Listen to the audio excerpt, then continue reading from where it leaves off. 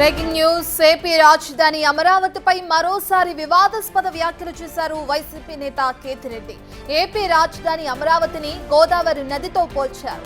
రాజమండ్రిలో గోదావరి నది ఏ విధంగా ఉందో అమరావతి కూడా అదే పరిస్థితిలో ఉందన్నారు.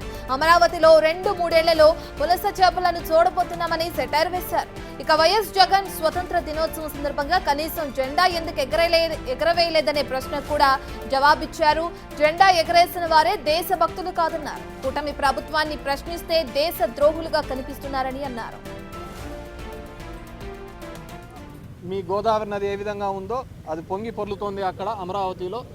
మీకు మాత్రమే సొంతమవుతుంది అనుకున్న దాన్ని ఏమి చేపలంటారయ్యా, పులస, రేపొద్దున ఖచ్చితంగా 2-3 సంవత్సరాల్లో మీరు అమరావతిలో చూడబోతున్నారు. అప్ స్ట్రీమ్కి ఇవ్వబోతున్నాయి. అదే పులసల్లో మీకు అమరావతి దాంట్లో మీకు పట్టించి మీ అందరికీ ఇవ్వబోతున్నాయి. అది ఎట్లా తయారైందంటే జెండా ఎగరేసిన వాళ్ళే దేశభక్తులని ఇప్పుడు ఆ విధంగా ఉన్నారు. ఇప్పుడు ఈ కూటమి దానిలో ఏ విధంగా ఉందంటే కూటమికి జై జై అంటే దేశభక్తులు, కూటమిని కన్నా ప్రశ్నిస్తే దేశద్రోహుల్లాగా నిలబడుతున్నారు. దేశభక్తి అనేది జెండా ఎగరేస్తేనో లేకుంటే దాని మీద ఆ రోజు చాక్లెట్లు పంచుతూనే ఉండదు. ఈ దేశం యొక్క సమగ్రతకు ఇక్కడున్న దానిలో ఐక్యంగా పోరాడినప్పుడే ఉంటుంది. ఈరోజు దేశభక్తి ప్రజాస్వామ్యం గురించి మాట్లాడుతున్న వీళ్ళు కోర్టు ఆర్డర్ని ఎందుకు ఇంప్లిమెంట్ చేయడం లేదు మాట్లాడే వాళ్ళందరూ ఆలోచించుకోవాలి. డెఫినెట్గా మీ గోదావరి నది ఏ విధంగా ఉందో అది పొంగి పొర్లుతోంది అక్కడ అమరావతి. కోర్టు డైరెక్షన్స్లో ఈరోజు తాడిపత్రిలో పెద్దారెడ్డి చిన్నాన్నకు సంబంధించి గతంలోనే కోర్టు ఆర్డర్ ఇవ్వడం జరిగింది.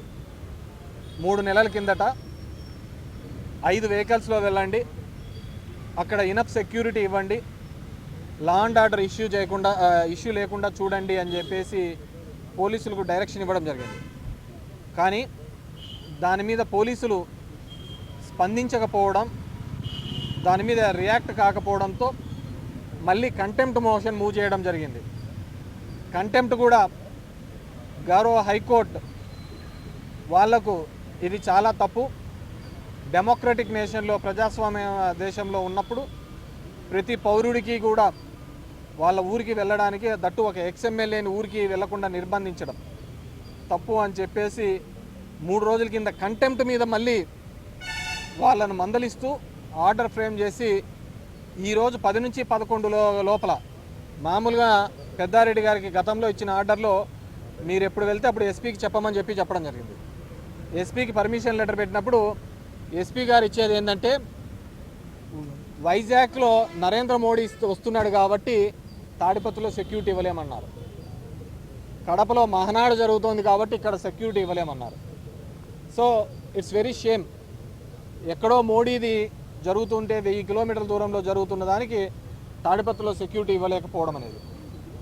సో వీటన్నింటినీ కోర్టు చేసి హైకోర్టుకు తెలియజేస్తే high court with date and time ఇచ్చింది. 18వ తేదీ 10 గంటల నుంచి 11 మధ్యలో మీరు వెళ్ళండి అని చెప్పేసి వెళ్తే దాన్ని కూడా నిర్బంధించి వెళ్ళకుండా చేయడం నిజంగా వీళ్ళు ఎవరికి భయపడతారో నాకు అర్థం కావటం లేదు. వీళ్ళు రేపొద్దున ఎన్ని ఏళ్ళ ఉద్యోగాల్లో ఈ విధంగా ఉంటారో నాకు తెలుసు. All young IPS officers. మీ భవిష్యత్తుతో ఈరోజు చంద్రబాబు నాయుడు గారు వీళ్ళు ఆడుతున్న దాంట్లో మీరు బలైపోతున్నారు. సో కోర్టు డైరెక్షన్ ఇచ్చిన వీళ్ళు స్పందించకపోవడం, కంటెంప్ట్ మీద కూడా స్పందించకపోవడం దురదృష్టకరం. డెఫినెట్గా మా చిన్నాన్న అక్కడే వెయిట్ చేస్తున్నారు, పెద్దారెడ్డి చిన్నాన్న. వాళ్ళు ఏదో మూవ్ చేశాము ఇది అని చెప్పేసి డెఫినెట్గా ఏదేమైనప్పటికీ కానీ లా ప్రకారం చట్ట ప్రకారం ఏం చేయాలో అవన్నీ కూడా మేము చేస్తాం. మళ్ళీ కూడా దీనికి అప్పీల్ చేస్తాం. మెంటల్గా స్ట్రాంగ్గా ఉన్నారు. ఇంతకుముందే పోయినసారి 14-19 మధ్య కూడా ఒకసారి ఇలాగే తిరుపతిలో ఎయిర్పోర్ట్లో ఒక తప్పుడు కేసులో కూడా ఆయన్ని ఇదే విధంగా సెంట్రల్ ప్రిజన్కి పంపించినారు. ఆ రోజు కూడా ఇలాగే ఇబ్బంది పెట్టాలని చంద్రబాబు నాయుడు గారు చూడడం జరిగింది. ఎందుకంటే మొదటి నుంచి కూడా ఆ జిల్లాలో పొలిటికల్గా వీళ్ళను చంద్రబాబు నాయుడు గారిని వాళ్ళను ఎదుర్కొంటున్న కుటుంబంలో పెద్దిరెడ్డి గారి కుటుంబం ఒకటి కాబట్టి వాళ్ళను మానసికంగా ఇబ్బంది పరచాలి అనే ఒక ఆలోచనతో గతంలో కూడా చేయడం జరిగింది. ఇప్పుడు కూడా అదే పద్ధతిలో ఆయన ఇబ్బంది పెట్టాలి అని చెప్పేసి ఒక లేని స్కామ్ను తీసుకొని వచ్చి మిథున్ రెడ్డి గారి మీద నిరాధారంగా జైల్లో ఉంచడం జరిగింది. పులివెందల్లో మొన్న ఎలక్షన్లలో జెడ్పీటీసీ ఎలక్షన్స్లో తెలుగుదేశం పార్టీ వీళ్ళు ప్రజాస్వామ్యంగా ఏ విధంగా జరిగిందని అంటున్నారో ఈరోజు మిథున్ రెడ్డి కేసులో కూడా, మద్యం కేసులో కూడా అదేవిధంగా ముడుపులు అని చెప్పేసి అప్రజాస్వామికంగా జైల్లో నిర్బంధించడం జరిగింది. డెఫినెట్గా he will come back more strong, నిర్దోషిగా, అదేవిధంగా తొందరలోనే ఇది వస్తాడని, మోర్ స్ట్రాంగ్గా బయటకు వస్తాడని చెప్పేసి అనుకుంటున్నాం. Anything else? అది చెప్తున్నాం కదా, వీళ్ళు ఎవరికి భయపడటం లేదు. ఇది నాకు అర్థం కావటం లేదు. ఇది ఏ రాజ్యమో? న్యాయస్థానాలకు భయపడటం లేదు, ప్రజాస్వామ్యానికి భయపడటం లేదు, ప్రజలకు భయపడటం లేదు. మనం ఎప్పుడో చూసాం కొలంబియన్ డ్రగ్ లార్డ్ పెబులో ఎస్కోబార్కి సంబంధించి. ఆ రోజు సుప్రీంకోర్టు మీద కూడా ఆయన వెళ్ళి దాడి చేసి వాటిని ఇవన్నీ చేసినారు. అంతకంటే దౌర్భాగ్యంగా ఇక్కడ ఈరోజు ఈ రాష్ట్రంలో ఉన్నదన్నమాట. డెఫినెట్గా దీనికి సంబంధించినది చంద్రబాబు నాయుడుకి ఏం కాదు, ఎవరైతే ఇంప్లిమెంట్ చేయటం లేదో ఆ ఉద్యోగస్తులు వాళ్ళు ఇబ్బంది పడే పరిస్థితి. సో కాబట్టి మీరందరూ కూడా న్యాయస్థానానికి, ప్రజాస్వామ్యానికి గౌరవం ఇచ్చేటట్లు చూడాలా. అండ్ ఇదంతా కూడా ఒక తప్పుడు కల్చర్ మనం నేర్పిస్తున్నాం. ఈరోజు మీరు వేసే విత్తనం రేపొద్దున మీరు ఏ విత్తనం వేస్తారో అదే చెట్టుగా వస్తుంది. దానికి కాసే కాయలు కూడా అలాగే ఉంటాయి. సో దాని రుచి కూడా మీరు చూడాల్సి వస్తుంది. సో ఇలాంటి పరిస్థితులు రాకూడదు మళ్ళీ భవిష్యత్తులో ఉండకూడదు అంటే అందరూ కూడా ప్రజాస్వామ్యానికి, కోర్టులకు గౌరవించాల్సిన అవసరం ఉంది.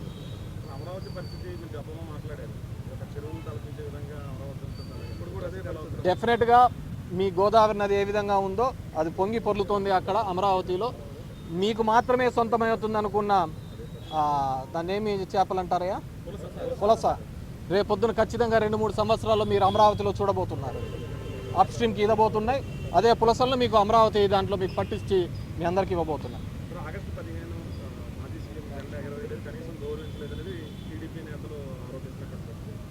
అది ఎట్లా తయారైందంటే జెండా ఎగరేసిన వాళ్ళే దేశభక్తులని ఇప్పుడు ఆ విధంగా ఉన్నారు. ఇప్పుడు ఈ కూటమి దానిలో ఏ విధంగా ఉందంటే కూటమికి జై జై అంటే దేశభక్తులు, కూటమిని కన్నా ప్రశ్నిస్తే దేశద్రోహుల్లాగా నిలబడుతున్నారు. దేశభక్తి అనేది జెండా ఎగరేస్తేనో లేకుంటే దాని మీద ఆ రోజు చాక్లెట్లు పంచుతూనే ఉండదు. ఈ దేశం యొక్క సమగ్రతకు ఇక్కడున్న దానిలో ఐక్యంగా పోరాడినప్పుడే ఉంటుంది. ఈరోజు దేశభక్తి, ప్రజాస్వామ్యం గురించి మాట్లాడుతున్న వీళ్ళు కోర్టు ఆర్డర్ని ఎందుకు ఇంప్లిమెంట్ చేయడం లేదు మాట్లాడే వాళ్ళందరూ ఆలోచించుకోవాలి.